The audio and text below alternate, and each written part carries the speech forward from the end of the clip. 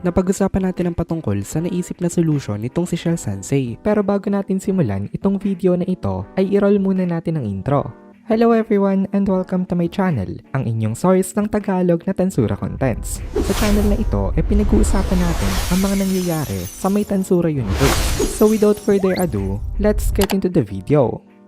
Nag-upload na nga pala guys ang Kohay PH ng Tagalog na solo leveling. Kaya kung gusto mo makapanood ng Tagalog solo leveling contents, bisitahin nyo ang Kohay PH. Link in the description. Sa isip ni Rimuru, napakagulo daw nitong sitwasyon na ito. Hindi lang daw ito basta tungkol sa pag-disturb sa may laws of physics, kundi ito ay isang godlike na right na walang katulad at unparalleled sa buong history ng spatial movement family skills. Then sabi nitong si Rimuru, although sobrang galing na nga daw ng instantaneous movement nitong si Mai Furuki, hamak na mas powerful at better daw itong bago nilang power. Kumbaga, nasa ibang level talaga ito kumpara sa kanilang mga nakasanayan. Nagmayabang itong si Shell at proud na proud siya habang ina-explain nga ito sa kanyang lord na si Rimuru. Na-realize ni Rimuru na alam daw pala nitong si Shell kung ano ang gusto niya mangyari from the very beginning. Alam nitong gusto niyang bumalik sa may nakaraan para iligtas ang mga namatay. Kaya hinanda na nito agad ang lahat ng kanilang mga kailangan. So mukhang decided na nga sila. Babalik sila sa may nakaraan para ayusin ang lahat ng mga problema na ginawa nga nitong si Feldway. Then nagmayabang itong si Shell patungkol sa may capability niya at hinayaan lang ito nitong si Rimuru kasi impressed nga siya sa may ginawa nito. Naintindihan naman itong si Rimuru na hindi naman sinadya ni Shell na mapunta nga sila sa ganitong klase ng situation, pero it turned out na naging convenient pa ito para kay Shell Sensei dahil nakuha niya nga ang mga abilities na ngayon kailangan niya. Sa isip ni Rimuru,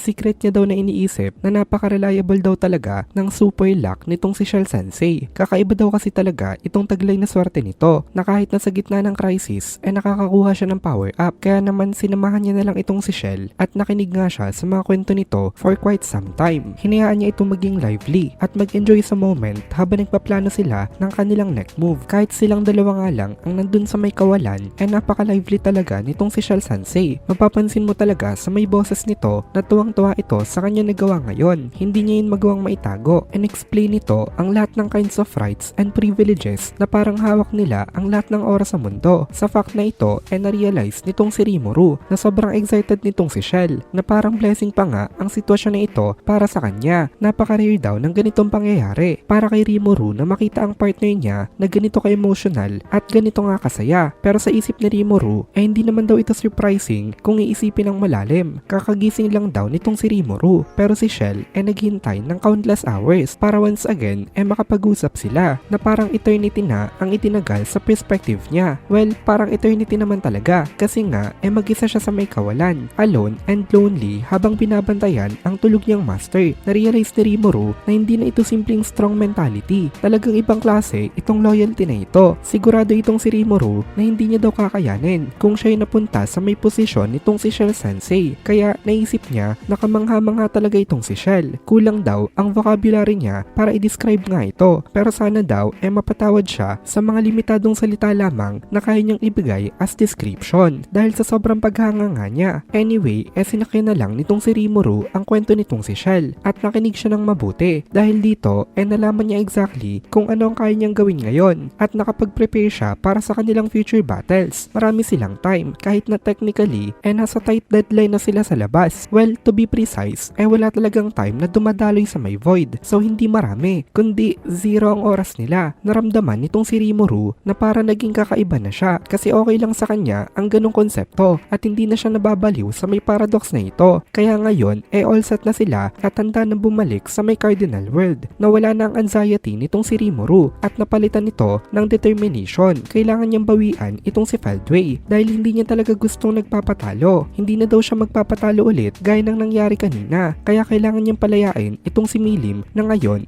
under ng manipulation at marami pa siyang trabaho na dapat nga tapusin para sa kapakanan ng kanyang mga kaibigan. Kaya naman nag-decide na sila na umalis na nga dito at talunin itong si Feldway quickly bago pa lumala ang kanilang situation. Na-experience na nitong si Rimuru ngayon ang space-time leap. Ito ang kauna-unahang beses na na-experience niya ito. Isang technique na beyond sa ordinaryong teleportation at biglang may naramdaman siya na tumalbog sa kanya habang siya ay nagtatransition. Napaisip itong si Rimuru na ano daw kaya yon. Baka daw naka-aksidente siya kasi may tinamaan siyang ng something, gaya ng madalas na nangyayari sa mga baguhan pa lamang ng mga drivers. Kapag baguhan pa lang sila sa pagkapit ng manibela, hindi niya alam na baka may nabangga siya sa may subspace. Pero dahil wala naman siya nakita, binaliwala niya na lang ito. Sumagot naman dito itong si Charles Sensei na normal lang daw yon. Huwag daw mag-alala itong si Rimuru-sama. Naramdaman ni Rimuru ang absolute trust nitong si Charles sa kanya. Nangako siya sa sarili niya na hindi niya bibiguin ulit ang tiwala nito at pipilitin niya na ibalik ang world na sa tingin niya tama para sa kanilang lahat. Pwede daw siya mag-fail ulit pero hindi na siya defeated. Time na daw para tapusin ang cycle of misfortune at mag-build ng brighter future para sa kanyang mga kasama at para sa kanya. Iniisip ito nitong si Rimuru habang nag-space time leap pabalik sa past kung saan naghihintay nga ang lahat. At dito na natatapos ang volume 21 ng Tensura Light Novel. Next video punta na agad tayo sa may volume 22 at dito na muna natin tatapusin itong video na ito. Kung nagugustuhan mo itong mga videos natin ay please consider joining the membership para mapanood mo na agad ang mga kasunod na part dahil palaging advance ang ating mga members. Also, ay please consider leaving a like at mag-comment ka na din para ma-boost naman tayo ng algorithm.